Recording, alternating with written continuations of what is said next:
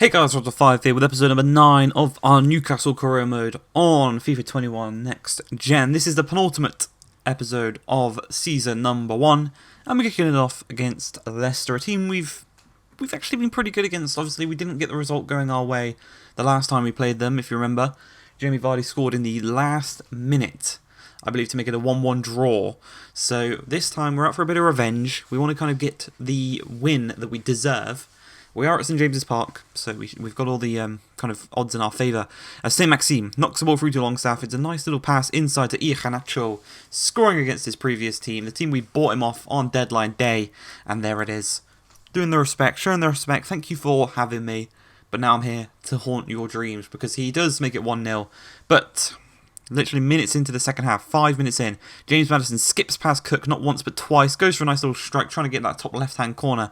Thankfully for ourselves though, Carl Darlow intercepts the ball, throws it up to Jamal Lewis. We've got a counter-attacking opportunity here, but Ajay plays a terrible pass. It's intercepted, and it's tucked into the back of the net. One of the worst counter-attacks you'll ever see, because it results in us conceding. As Otavio scores, the Brazilian, formerly of FC Porto, and yeah, it's absolutely mental. That bit of play there, but you can see he is. I don't know how he's not onside. He's not onside. To me, he does not look onside. Maybe, just maybe, Ajay's like ass is playing him onside, but that's definite VAR material right there. And then just like that, they go and make it 2-1. And it is now them in front in this one. And once again, we've been screwed over in the game against Leicester by a bit of dodgy VAR officiating. As 3 minutes remain in this one, Otavio and Maddison are just running rings around us. All game, Maddison has had to cook on strings. As Jamie Vardy, the man that scored against us last time out, knocks through James Maddison. He puts the final nail in the coffin. And we do lose 3-1 to Leicester. Not really what we want, but they're not our opponents, if you get what I mean. They are not a team that we should be beating. The quality of their team, obviously you just saw there, they're sitting in 11th, but the quality of their team, they should be higher up the field in terms of the league table. But yeah, we want to be beating them at some point, but not right now. Not right now, but a team that we again played really well against last time out. We defended diligently against them, but we just didn't come away with the result that we wanted.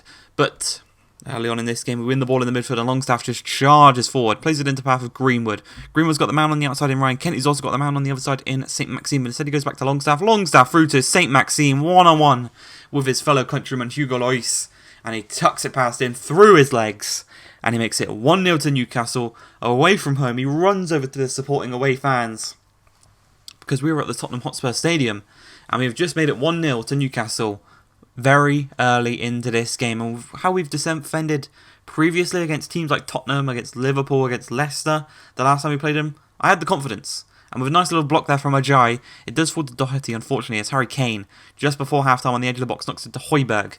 Højbjerg charging forward from his normal defensive duties to Alba. Jordi Alba is travelled away from Barcelona, he skips past our man quite easily there, actually. As Højbjerg plays it into Harry Kane, no one's marking him. It should be Ajay who's marking him, but he's not. And I mean, for 6.6 million we signed Ajay for. He's been decent, but he's made a couple of mistakes previously in the Leicester one. In this one, not marking Harry Kane, but we scored early in the first half. Can we do the same in the second half as Ryan Kent receives the ball? He's got the man to knock it through to in Greenwood. Arriving late at that back post is St Maxime, but Greenwood can't quite find the pass. But on the penalty spot, he hits it first time, and St Maxime, 3 minutes into the second half, makes it 2-1 to Newcastle. We are back in front. That man again on the double. And we are very, very fortunate to have him. Thank God for St Maxime, because without him, we would not be where we are in the table. As we do make it 2-1, the game ends. We get our first scalp of the season. We beat Spurs away from home at the Tottenham Hotspur Stadium, picking up all 3 points and bringing them with us. Really good performance there. Hopefully we can bring that confidence through to the rest of the season, and we can finish well in the top half. In the top half, it would be nice. But we come against West Ham. They're playing a 5-4-1 as well, very similar to ourselves.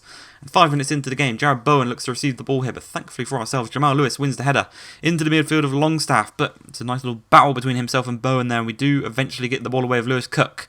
Up to Ryan Kent on the turn. He's got a man ahead of him in Greenwood, who has actually been really, really good for us this season, but he's missing an easy chance there 7 minutes in. He should be finishing that. And then Greenwood again in the 13th minute plays it into Ryan Kent. Ryan Kent's going to cut back inside past Craig Dawson into the middle to Cook. Cook's going to just lay it off to Longstaff. Longstaff first time to Greenwood, 1-on-1 again, and he misses, so we're going to take him off.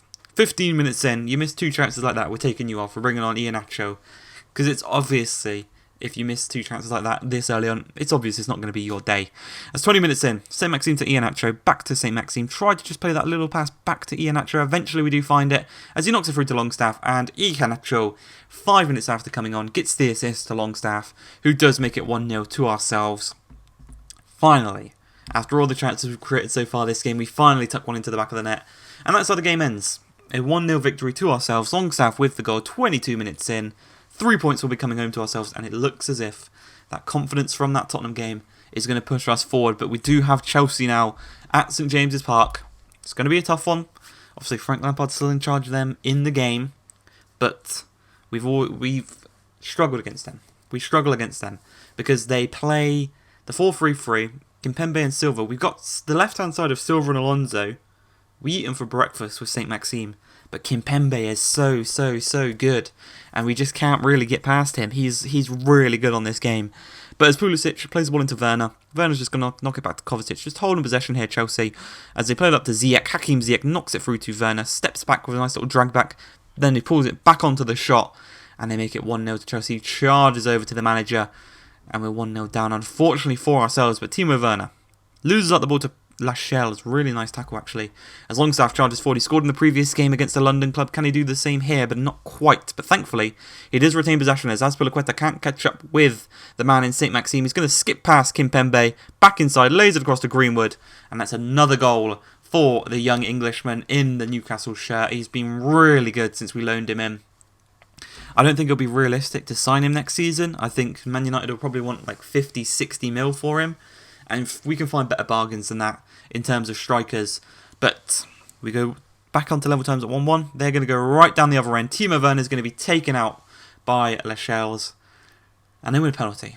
13 minutes remaining. They get a penalty. It was a foul. Tammy Abraham, a player I was looking at to actually replace Greenwood when he goes back to United. Tammy Abraham was one of the players I was looking at. He goes and scores against us. He charges over to the manager. And it's clear he doesn't want to be leaving Chelsea anytime soon. So as soon as he scored that penalty, as soon as he did that celebration, he was off the list because we knew we wouldn't be able to tempt him away. But Longstaff, holding it up in the midfield brilliantly against Kovacic and Havertz. Little 1-2 between Greenwood and St Maxime here as he cuts inside. And he just floats one past Mendy, past Edouard Mendy. And it's a beautiful finish as St Maxime is on flames in this episode. 2 goals against Tottenham, a goal and an assist here against Chelsea. He's the big 6 nightmare. St Maxime does get us the point in this one, thankfully, because I think we deserved it. I think we deserved the point in this one as we come here to Crystal Palace. Back to back London teams for us in today's episode. Really strange one, actually. I didn't notice that when I was playing, but now that I'm actually recording this this voiceover, it's actually pretty weird. I don't know if that has happened before. I wonder what the longest streak of London teams played is what I'm trying to get at. But we go for the unchanged lineup. It's a strong lineup as always. And 14 minutes in, the first chance is going to come Crystal Palace's way as Abrici Eze looks to skip past Ajay, but he can't quite do so as we knock it outside to St Maxime. On fire in this episode. Can he continue it here against Crystal Palace? But Longstaff knocks it through to Iheanacho. He's got away from Cahill. He's 1-on-1 with the goalkeeper. And the defence just kind of split. It kind of split like the Red Sea as we make it 1-0 away from home. Kelechi Iheanacho makes it 1-0. He's another one who's been on a decent little run of form so far since we signed him actually. He's been on a decent little run. He's getting up goals here and there. And another chance here for Crystal Palace. Can we counter-attack them to great effect like we did for the first goal? Well, Cook takes the ball to Ajay. Ajay tried to knock it through there to Longstaff, but it didn't quite find its way as Izzy intercepted it. And then Ayew nicks it off of him, plays it through to James Forrest, former Celtic man, tucks it into the back of the net, 1-1. Just couldn't quite get the ball away. We were trying to counter-attack him there, but we just couldn't quite get the ball away when we wanted to. But we go into the second half here, as St Maxime knocks the ball through to Iheanacho. It's another assist for St Maxime. It's another goal for Iheanacho. And it's a very similar to the one that he scored against Chelsea, where he just sweats it across. Well, not he scored, but he assisted, sorry. As once again, Iheanacho is through 1-on-1. Can he score? Not quite a great save from Gaeta denying him of the hat-trick. He could get his first hat-trick for the club here today, after only being here for like a month or so, as DeAndre Yedlin takes the ball down, finds St. Maxime. We've got a counter-attacking opportunity here. They've got all the men forward because they want to get back into this game. As St. Maxime knocks through Iheanacho, I thought he was offside, but I think Nathaniel Klein was maybe playing him onside. One-on-one, poor first shot. He robs the assist of St. Maxime with missing that shot, but he does get that third goal. He does get the hat-trick, and it is a nice little finish in the end. The match ball will be coming home with Iheanacho. It's been a brilliant performance here today against Crystal Palace, as we do look to round it off with another goal here in the 90th minute. Lewis Cook on the corner, whips it across, and Fabian Schär rises the highest, nods it on, glances it on to the back post, and we do win the game 4-1 away from home.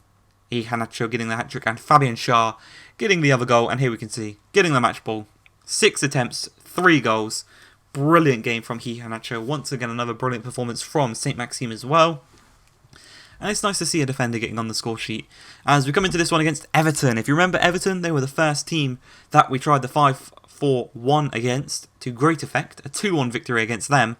But can we get the same here today? Can we get another victory in our push for mid-table? Maybe even a late charge for Europa League football, as Ryan Kent, who did score against Everton, knocked it through, playing it at one-on-one with the keeper, but it's a poor real shot in the end there, as they do take it down with Olsen. And you can see there, a man down, 6 minutes into the game, Sean Longstaff goes down, and it's not the type of injury you want to see, because Sean Longstaff, he's out for a long time. He's out for a long time. I believe I show it at the end of the game. He's going to be out for a long time with that injury. Really not what you want to see. But 35 minutes in, we've got to move on. We bring his brother on in place of him, and we want to kind of push forward. We want to kind of get the result against this one. It's what he'd want. He's a Newcastle boy. He wants a result. But 37 minutes into the game, Doucouré, the Frenchman, tucks the ball into the back of the net, makes it 1-0 to Everton. And this isn't really what we want. We want to be at least getting a draw here against Everton. They're going to be charging with us in this kind of fight for Europa League, even mid-table kind of area. They're going to be with us. They're going to be fighting with us. As James Rodriguez dinks one into the box, Doucouré knocks it on. Mina steals it off of Lascelles and then tucks it past the keeper with a striker-like finish. Goes over to the corner flag, does the Colombian dancing celebration, and it's now 2-0 to Everton. It's not what we want, but there's still the whole second half to get back into this one, as Ryan Kent gets Digne on strings like he did in the previous game. He's taken out in the process. 66 minutes into this one, we've got a penalty, and Kelechi Iheanacho is going to be the man to step up. You can see our options for penalties aren't the best, but when in doubt, give your striker the penalty, and he will tuck it away. As on his left foot, he sends the goalkeeper the wrong way. He makes it 2-1, charges over to grab the ball, and we've now got about 25 minutes to get back into this one, give or take, as another chance is going to look to come our way in the 86th minute. Longstaff on for his brother. Looks to receive the ball on the edge of the box, does so. Knocks it into Kent. Kent through to Iheanacho, and he sneaks it in. He has been on fire this episode. 5 goals in his previous 2 games. And we're back in the game. 2-2 is going to be the final score of this one. And it looks like I forgot to put the image on. Well, I'll show you in the next episode. Peace.